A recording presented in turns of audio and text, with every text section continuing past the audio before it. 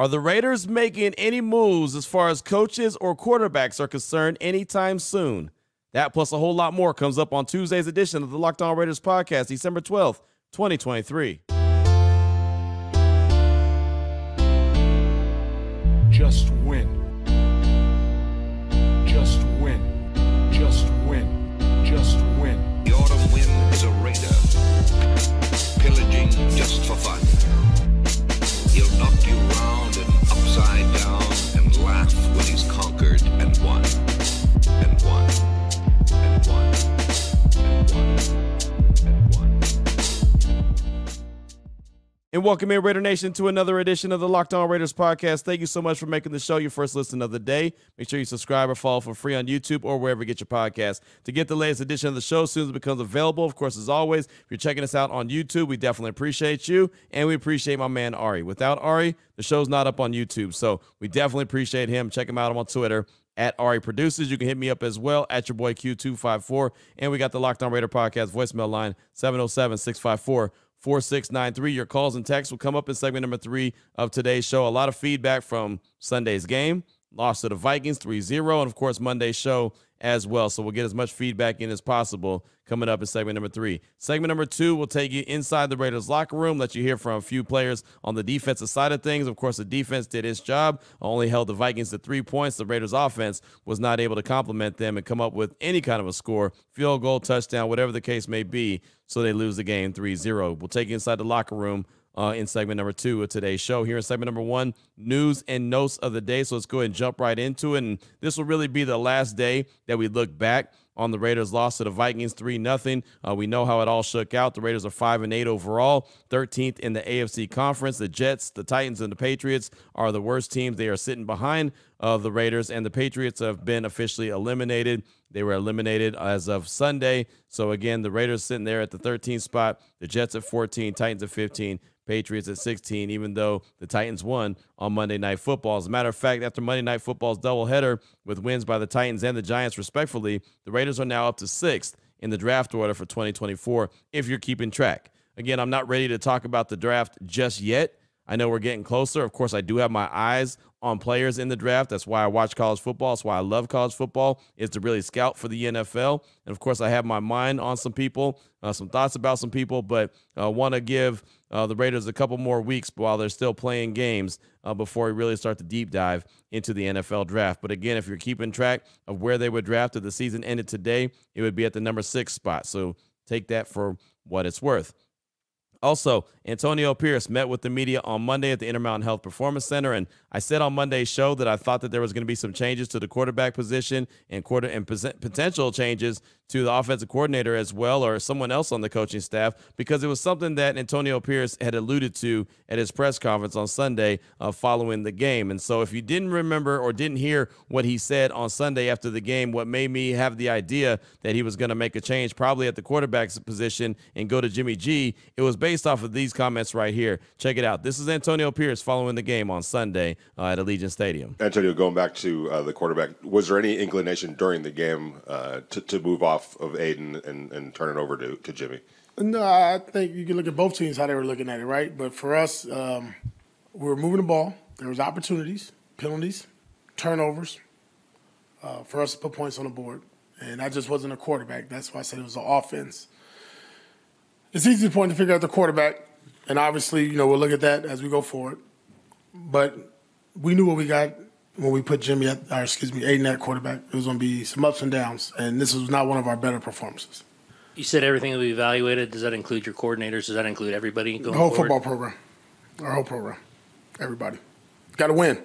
It ain't good enough. So, got to win. So there you hear Vinny Bonsignore asked the question about if there was any chance that, Aiden O'Connell was going to get sat down and Jimmy G was going to go in, and Antonio Pierce didn't want to put it all on the quarterback at that time, which is fine, right? I get that. I think it was an offensive thing. It was not just on Aiden O'Connell. The offensive coordinator had a lot to do with it. The play caller had a lot to do with it, and then they just weren't able to get things cooking. No run game was able to get going, so the offensive line wasn't doing their job. The Vikings were all in Aiden O'Connell's lunch all day long, so he wasn't really able to sit back in the pocket and be comfortable. There's a few times that he had a lot of time to throw the ball, and then when he did, nobody was getting open. There was no separation. So there was a lot that was working against Aiden O'Connell and the Raiders offense on Sunday. But then you heard the follow-up by Ed Graney when he said, okay, so you mentioned players are going to be evaluated. What about coaches as well? And he said everyone's going to be evaluated. So to me, that made me really feel like that was kind of the precursor to, okay, we're deciding we're going to make this change for Thursday. Because look, remember, Antonio Pierce is trying to win games. He wants to be the full-time head coach. He wants to get that interim tag ripped off after the season's over, after they go through the interview process. He wants to be the guy moving forward long-term. And I think a lot of Raider Nation wants Antonio Pierce to be that guy as well. So he's trying to win games. It's not like there's an established head coach that you know who's going to be there next year. You know who the GM's going to be. And, well, you can just ride it out with Aiden O'Connell and then just go about your business after that. Worst case scenario. So that's another reason why I'm thinking that, okay, Jimmy G is going to be the guy that they go to. I realize there's a contract situation. I realize that his contract, $11.25 million is already guaranteed as far as his base, so they'd have to pay him that. But the other $11.25 million is injury, and we know Jimmy G's injury history. We know what's going on with that. So similar to Derek Carr a season ago, they don't want to see him get injured because then they have to pay that money. Again, it's guaranteed for injury.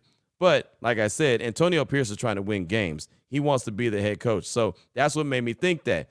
But on Monday, as we met with Antonio Pierce, it didn't sound like any changes were coming soon, and he wasn't going to make any decisions quick, fast, and in a hurry, even though they play again on Thursday. So here's Antonio Pierce responding to Vinny Bonsignore about changes at the quarterback position. I asked him about, if there's any sense of urgency to make a decision because they play on Thursday. And then you'll hear a question from Adam Hill just based off of what that game, that loss to the Vikings, how that made him feel after he left the stadium and thought back on that loss. Here it is. Check it out. Tony, you had mentioned that there are a lot of things would be evaluated. Anything in relations to quarterback going into Thursday, or still with Aiden O'Connell? Yeah, I'm still evaluating. We're going through that process now. We'll see how the week goes. With it being a short week, how quickly do you have to make some decisions? Not quick. We'll just go through the process. Not going to rush to make any decision. Not do anything emotional based off what I read, hear, what anybody's telling me. I'll go off my gut. That's a kind of performance that hasn't happened since you've been here. Obviously, yesterday was a different kind of feeling than the other games you guys have played. Been much better. How did you kind of handle it last night? How did you react? What was your kind of thought process leaving the stadium and kind of going about your night? Yeah, it hurt. Disappointing. It was unexpected. Thought we did a good job during the bye week. Self-scout, looking at ourselves, looking at the opponent. I thought I did the same. Thought we did a decent job preparing. Obviously, that didn't show up. And whenever you're shut out and the game is played where the defense is pretty much dominating the game, and it can go either way. Look, we could have won that game 3-0, right? Didn't happen. But it's disappointing to let opportunities slip by. And, again, it is what it is. But you look at the last 3 losses in the fourth quarter, 20-13, 21-17, 0-0 to start. And we talk about finishing the fourth quarter. Got to do better there, but obviously it was a rough night. Yeah. So I thought that was really the highlights of the press conference on Monday for Antonio Pierce. It was about 5 minutes long, and that was about 1:30. So that was about the best parts of it right there. Those 3 questions that were asked. There were some other areas, like I asked him about Tyree Wilson. Others talked about the defense. Others talked, about other areas. But again, it was only 5 minutes, so you can imagine that his answers weren't very lengthy. But he's not going to make any decisions quickly. He's going to go with his gut feeling. He doesn't care what anyone writes, what anyone says, what anything he hears. So I can respect that. And then also I respect the fact that loss meant a lot to him. You heard the disappointment in his voice. If you watched it while it was going on live, you saw the body language from him and the disappointment in his body language, a guy that's always up-tempo, super fired up. You can see that loss really hurt him. And I can appreciate that he cares so much about this position and this organization, this team, and really getting this position as the full-time head coach, that loss really sat in his craw, right? It really bothered him. And again, I can appreciate that. Instead of coming out and saying, well, the players didn't execute, they didn't do their job, we had an opportunity, but they've got to go out there and learn how to win before they learn how to lose, or they got to learn how not to lose before they win. Whatever Josh Daniel said, it's complete opposite with Antonio Pierce. He literally took that loss personal.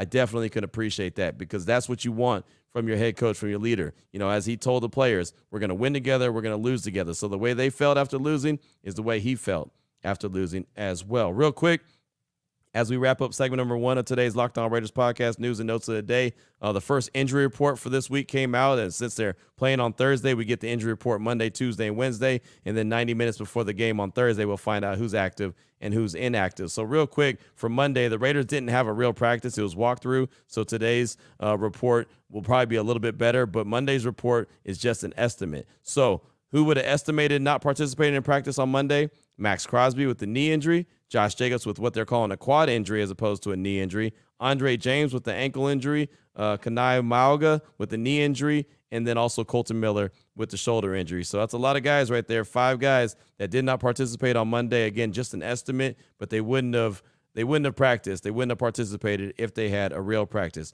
Curtis Bolton was limited with a groin. Adam Butler limited with an ankle injury. Amik Robertson limited with the wrist injury. And Brandon Faison with the shin injury was a full participant, so that's good, especially if Amik is banged up for Thursday against the Chargers. But that's what I got for you for segment number 1 of today's Locked On Raiders podcast. Later on today, when we get another injury report, I'll go over Tuesday's report and Wednesday's report for the Chargers as well. But more importantly, just wanted to go over the silver and black on today. So coming up in segment number 2, we'll take you inside the Raiders locker room, let you hear from a couple of the defenders that I thought did a really good job on Sunday, even though it resulted in a loss for the silver and black. Before we get to that, though, I do want to tell you about Gametime.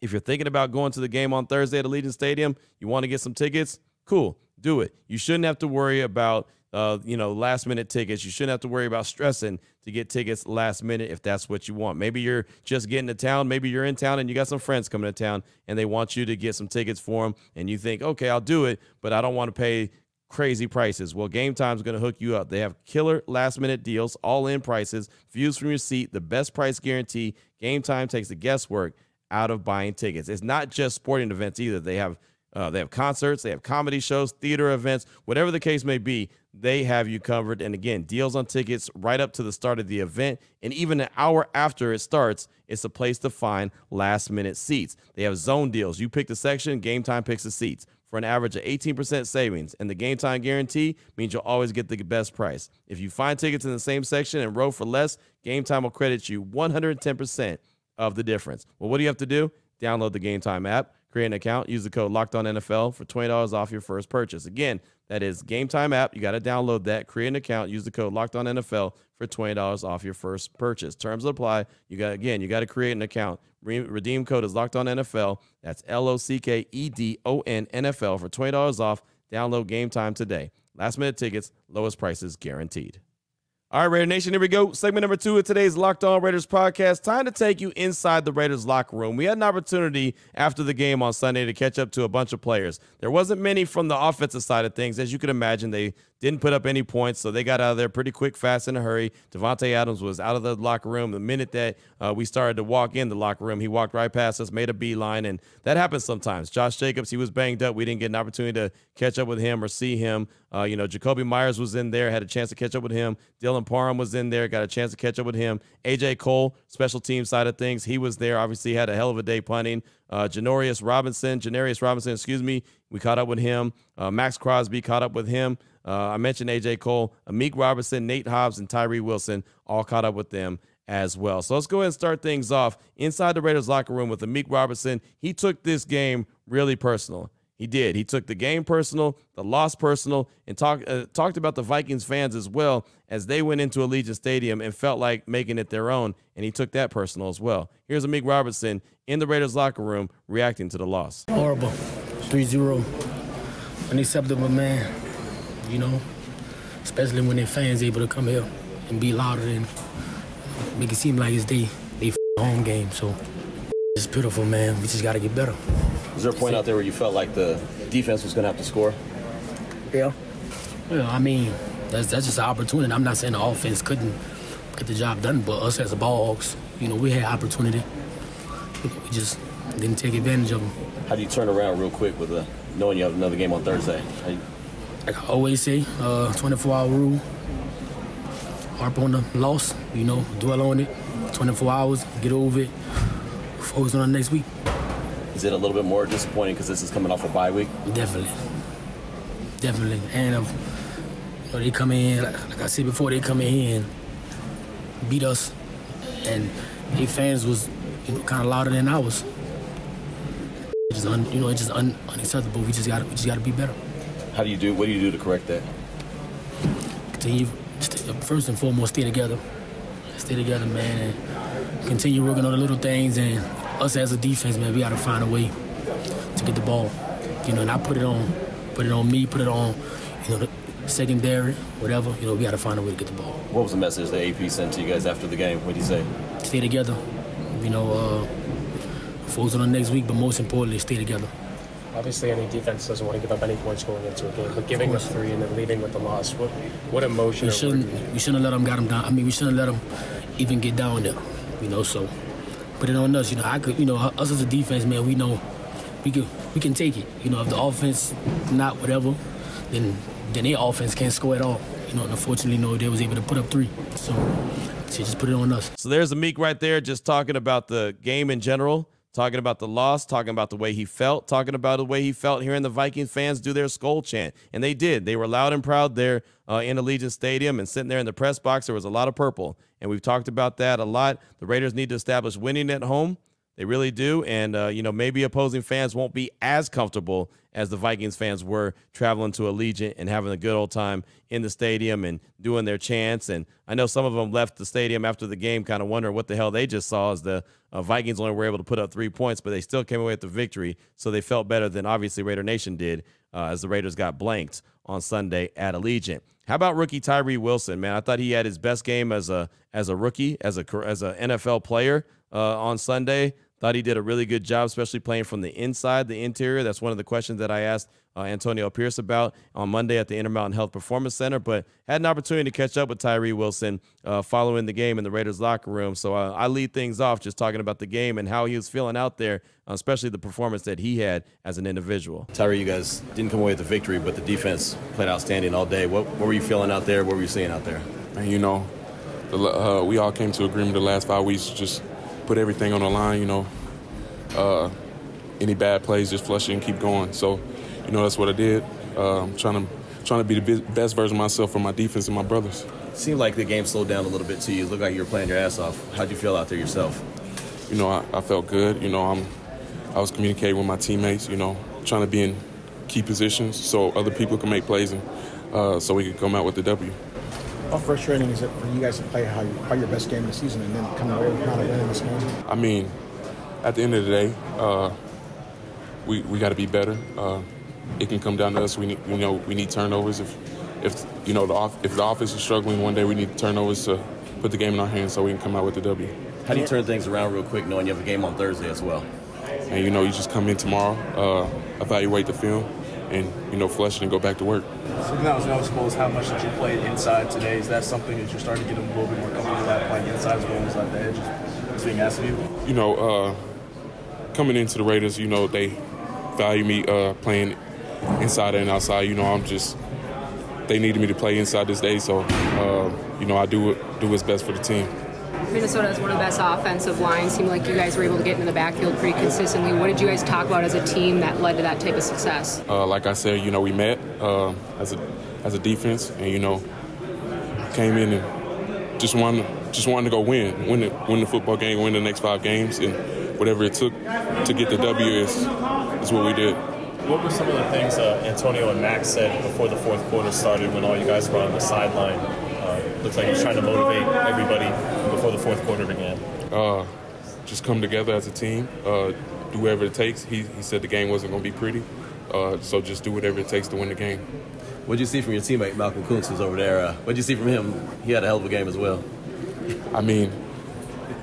He's a baller. He was getting pressure on the quarterback, making some key plays. We feed off of each other's energy, so we're going to continue to go and keep going as a defense. So there's Tyree Wilson right there in the Raiders locker room, and you heard what he had to say about his performance, just about the defense in general, staying together, playing on a short week. And you heard me ask about Malcolm Kuntz, and the reason why, and I'll tell you the story real quick. Malcolm Kuntz's locker is right next to Tyree Wilson. So while Tyree was getting dressed, him and Malcolm Kuntz were talking, and then Malcolm walked off to go to take a shower. Tyree hurried up and finished getting dressed. So that's when I caught up to Tyree. Was like, hey, you got a couple minutes? He said, sure, no problem. So in the locker room, this is how it goes down. When reporters see one guy talking to players, all of a sudden they flock over real fast. So cameramen from TV stations, NFL Network was there, different radio guys, just all kind of reporters gather around. So I went and grabbed Tyree, myself and Lindsey Brown from the Morning Tailgate on Raider Nation Radio 920. We went and grabbed him. Paul Gutierrez was there as well from ESPN. And then all of a sudden there was a bunch of people around him really quickly following that. So Malcolm Koonce comes out of the shower, looks up and sees everyone around Tyree. Well, that's blocking his locker as well. So now he can't get dressed. So he's standing there, and all I heard was a big, oh, damn. Right? I heard that. So I kind of got a laugh. And then he decided to play along. He was a good sport about it. He wasn't really worried about getting to his locker to be able to get dressed.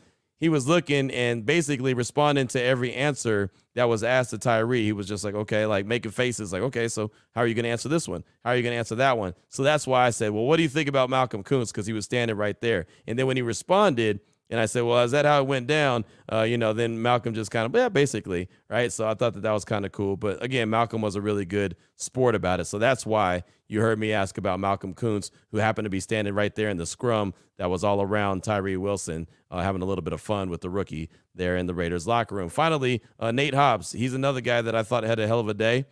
Played his backside off, did a really good job. Him, Amik, Tyree, they all did a really good job. Of course, Max Crosby as well. Janarius Robinson did well. Thought they all did. A.J. Cole mentioned him, but Nate Hobbs, he's always a good dude to catch up with. So had a couple minutes to catch up with Nate. Here's what he had to say following the game. Nate, the defense played your ass off out there. You guys lose 3-0. What were you thinking out there? Did you feel like the defense was going to have to score to try to win that one? For sure, absolutely. If we'd have got just one turnover, got the field position for the offense, we could have for sure put points on the board or, do it ourselves. But you could say we played a great game, but it wasn't enough. Right. You know what I'm saying? How frustrating is that coming off the bye week? It's a sick feeling. I never lost 3-0, so I don't know what that felt like until now. Right. But you guys always talk about the 24-hour rule, and you guys have a quick turnaround. You play again on Thursday. Is it even faster, sped up a little bit now? Yeah, I believe so. I mean, you still it's going to have to be about a 12-hour, 16-hour rule now. But, it's next game, next play. It's just the nature of the business. So. Right. What was AP's message after the game to the team? We could play good, you know what I'm saying? But good ain't good enough. But we gotta do whatever it takes to win these type of games. And y'all seen, you know what I'm saying? That it takes that. It takes everything. Obviously, any defense doesn't want to give up any points going into a game. Mm-hmm. What emotion do you describe? Giving up 3 and still coming out. Do you have one for that? Sickening. Sickening. But next game. So we got a game on Thursday. Can't dwell on that at all. Coach AP always talks about staying together in a game like this. How tough is it not to, or how tough is it to stay together, I should say?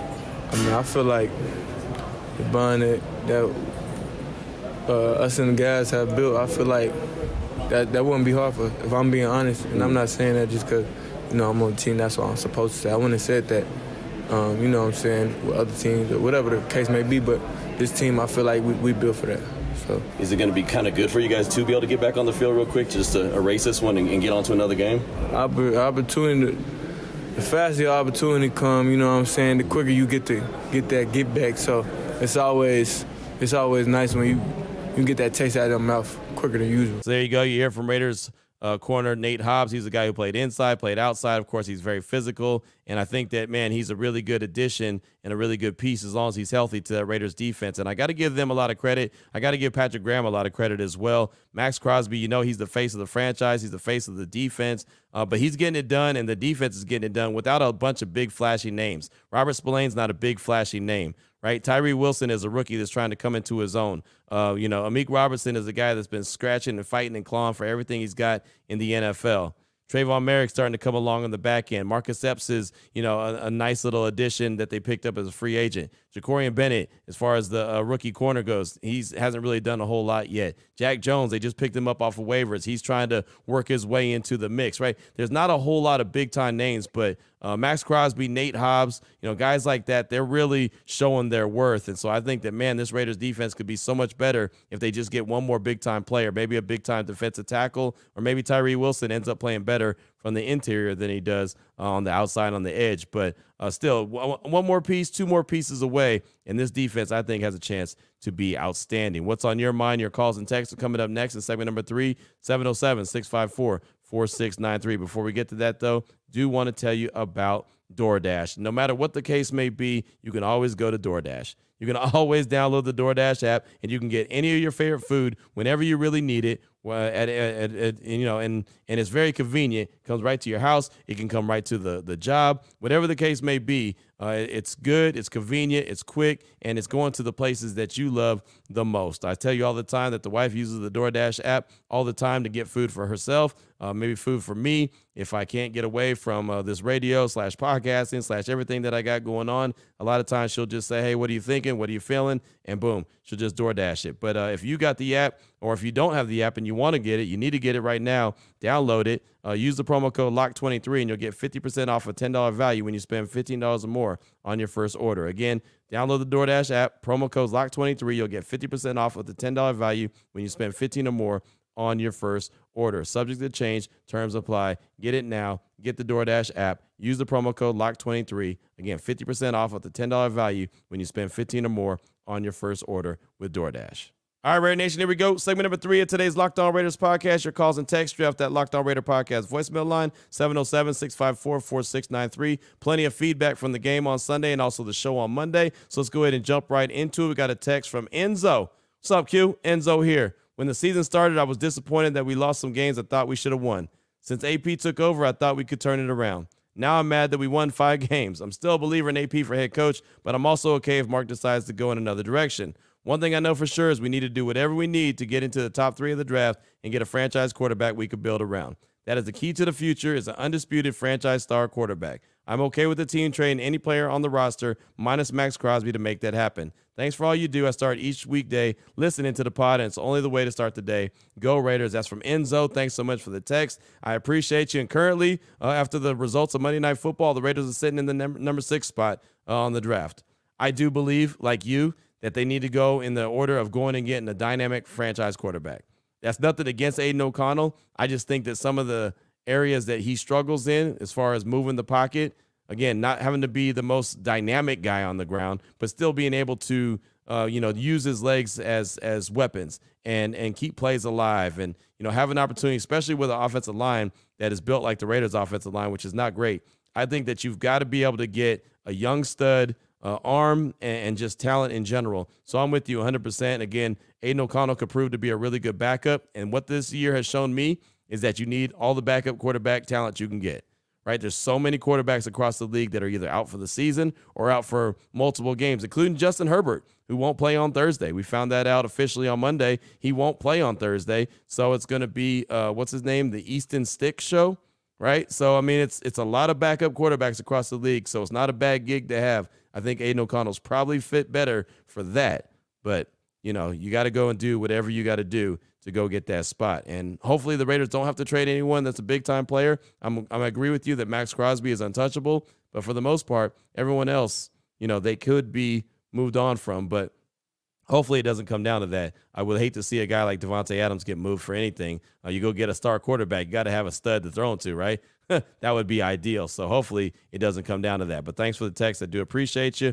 Up next, got a call from Nate from the 626. He's calling to respond to what Amik Robertson had to say about the fans at Allegiant Stadium on Sunday. Here he is, Nate from the 626. Thank you. Nate from the 626 here. I listened to the Amik Robertson interview, and I agree with him for the simple fact that, the opposing fans are indeed taking over Allegiant Stadium. But I'm going to disagree with them on the side that the Raiders aren't giving us anything to cheer for. Why would you want to go all the way to Vegas, spend your hard-earned money just to watch a loss? The only time where I felt that there was a change was when, there was a coaching change and, against the Giants. And I was at that game and there was, quite a few Giants fans, but the energy was different. But other than that, it's just been flat, mediocre, the same old stuff that we've been witnessing for the past 2 decades. And until, the Raiders themselves as a player, the players, the organization, the coaches, until they start winning, I don't think anybody has the right to call out any fan base. I really don't. And it's kind of unfair to us that really do go out there and spend our money just to go watch them, and they lose most of the time. So maybe I'm wrong. That's just my opinion in a hypothetical way, or wouldn't it be awesome if we could make a franchise trade and we could send the Chargers out to Vegas and put the Raiders back to LA where they belong? Yeah, maybe I'm just dreaming. Anyways, stay up, guys.